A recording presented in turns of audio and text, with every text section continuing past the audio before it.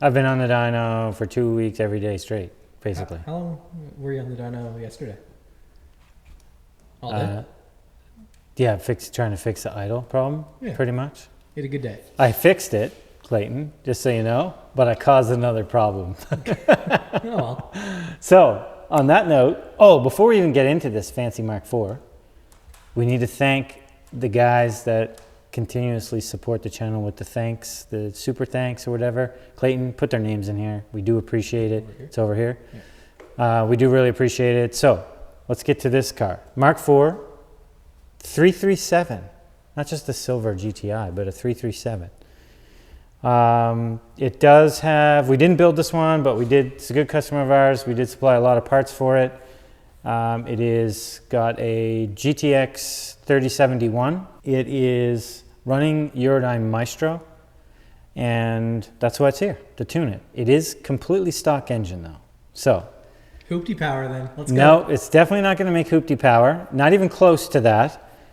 As I've explained in plenty of comments and other videos, yes, we did really good on the hoopty for making horsepower. It was on good fuel. It was on a really large turbo to help us get there, and we managed torque. This is an appropriate size turbo for a 1AT, and we want to make sure it doesn't scatter itself. So we got to try to manage the torque because it's going to come on a lot earlier than the hoopty did. So we're hoping for anywhere over 300 horsepower, and I will be happy on our trashy pump gas 91 octane. It would have, as you can see, upgraded front mount intercooler. It's under there. It's running a CTS turbo manifold, and that's pretty much it. And some custom yeah, some custom stuff. It runs. It's got a set of 780cc injectors, a little bit odd, but it's what he picked up, which we'll be able to make work on this thing. Stock intake manifold. And then it's got, you know, the fancy wheels, carbon fibre, hood. Yeah, the wheels. The seats. I mean, Clayton will get lots of B-roll of this thing as we go through it, but I gave him a base file to kind of accommodate for the injectors. He's driven it on the street. Makes around 15 pounds on the gate. He says it feels like it already has 300 horsepower. Well, let's find out what it really makes. Just looks like it's gonna need some cleanup here. Well, we'll maybe try a little half run, see what it does.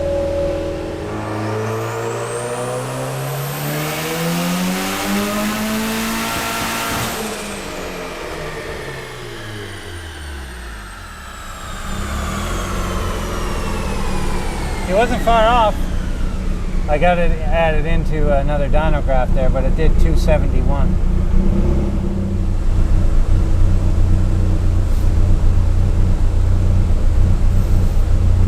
Going again. Once I unlock the drum.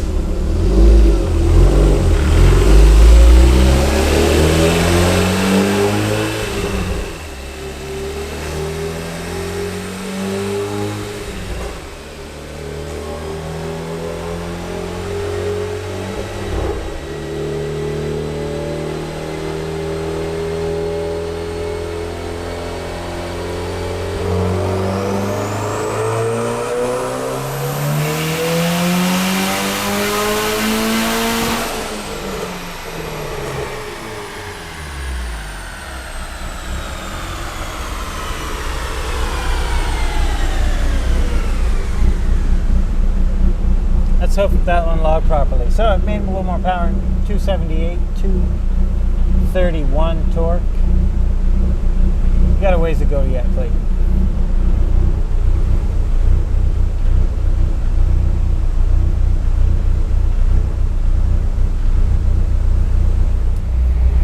I've turned the boost controller on, Clayton. Yep.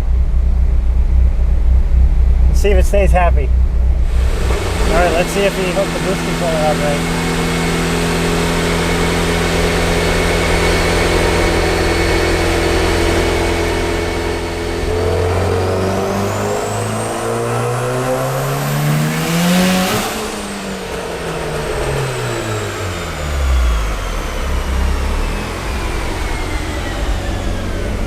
Got aggressive there. turn the duty down and we'll try one more time.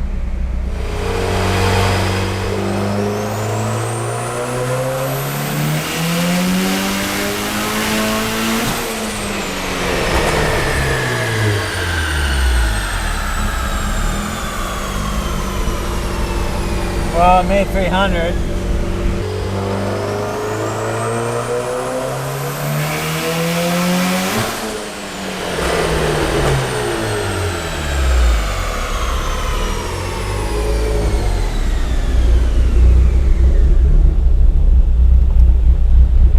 Why the short pull?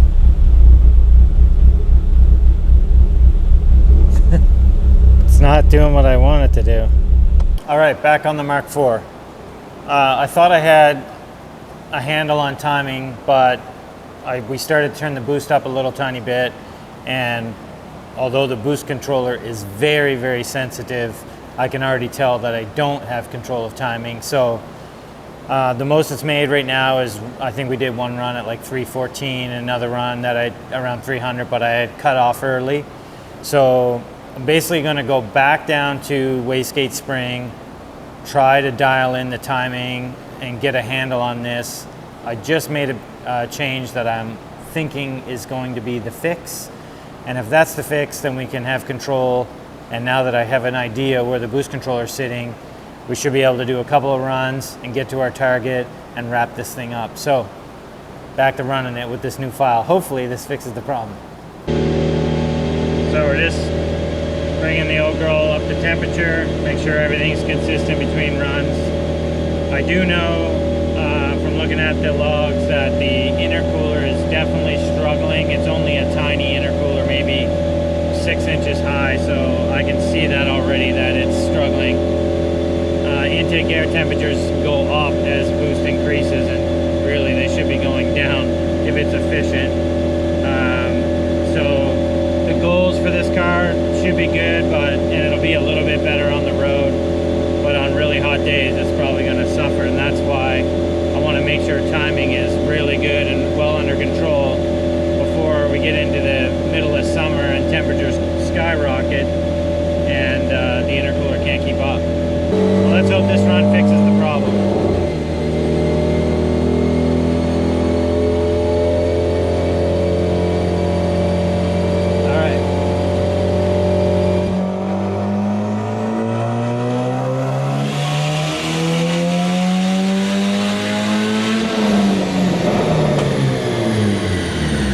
Exactly that. That's exactly what I was looking for. So now I can comfortably start adding some timing back in and start turning up the boost and kind of get to where we were, but a lot safer.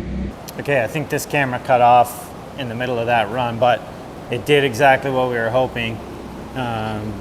It made less power that time, 242, which sounds kind of counterintuitive, but again, this is a stock engine car, so we're trying to make sure that timing and everything is bang on. So now that I got a hold of that, we'll start throwing some timing back in it, bump the boost back up, get to that 3 to 340 probably wheel horsepower. Keep it happy so that he can enjoy it. It's his first, I think, real turbo build, so he should have some fun in this. Okay, now we're just trying to smooth it out a little bit more, put some more timing in it. Should see a little bit more power this time. Kind of the goal is to get to close to where we were, just without as much knock.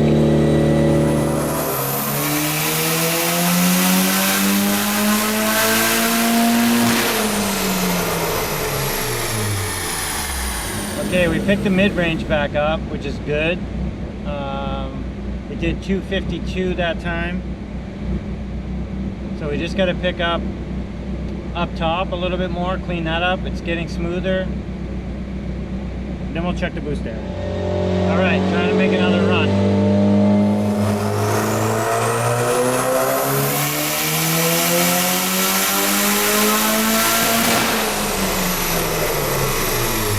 Okay, that did exactly what I wanted it to do. So we gained, it actually gained from when it originally came in here because it was knocking and pulling a bunch of timing out. So in the mid-range, I'll have to show you guys on the dyno, I probably gained like maybe 5+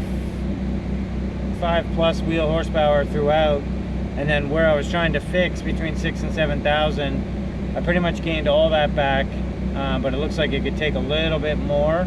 So I got a little bit more to add in there, I think, and then I'm gonna turn the boost controller on. I think I said that before this run, but by the looks of that, it'll take a little bit more. Okay, I'll try to explain this now that I'm out of the car.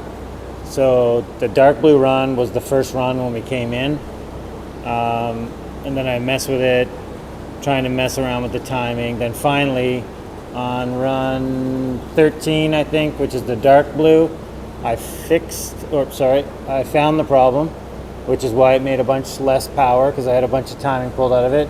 And then the green run made a little bit more because I started putting timing back in it. And the red run was the last run where, as you can see, we gained a bunch in the mid-range here. And then this is where I was trying to fix. So if I could show you, run 14 was this green run.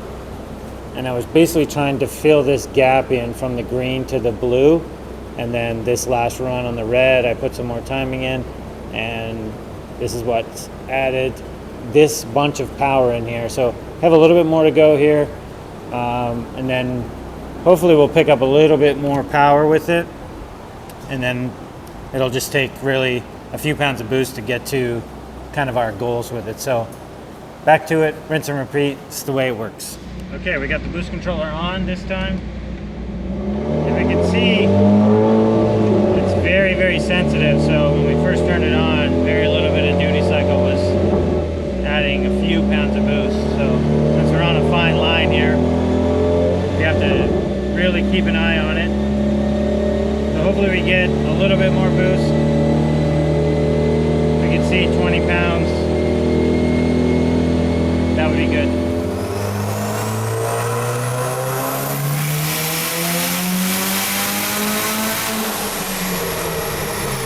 I let out early.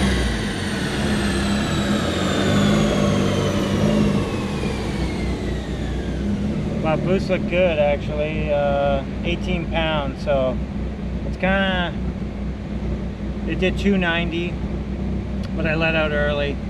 So this will probably get us to 300. And it did 254 torque, so we got some room to go.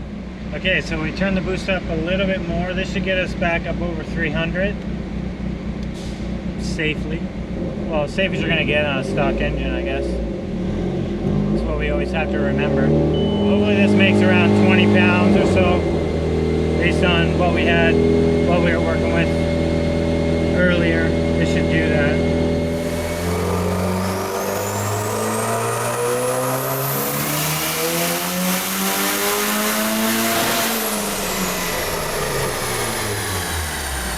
So I was right, it did 311 and it was bang on 20 pounds. Peak was 20.5, so pretty much the whole entire run it was 20. So I'm gonna, there's a little dip at the very top, so we should be able to score a little bit more power out of it at this level. I think the owner said he wanted to stop around the 320 range, so we're gonna see if we can get a little bit more out of it. And this one's almost ready to ship.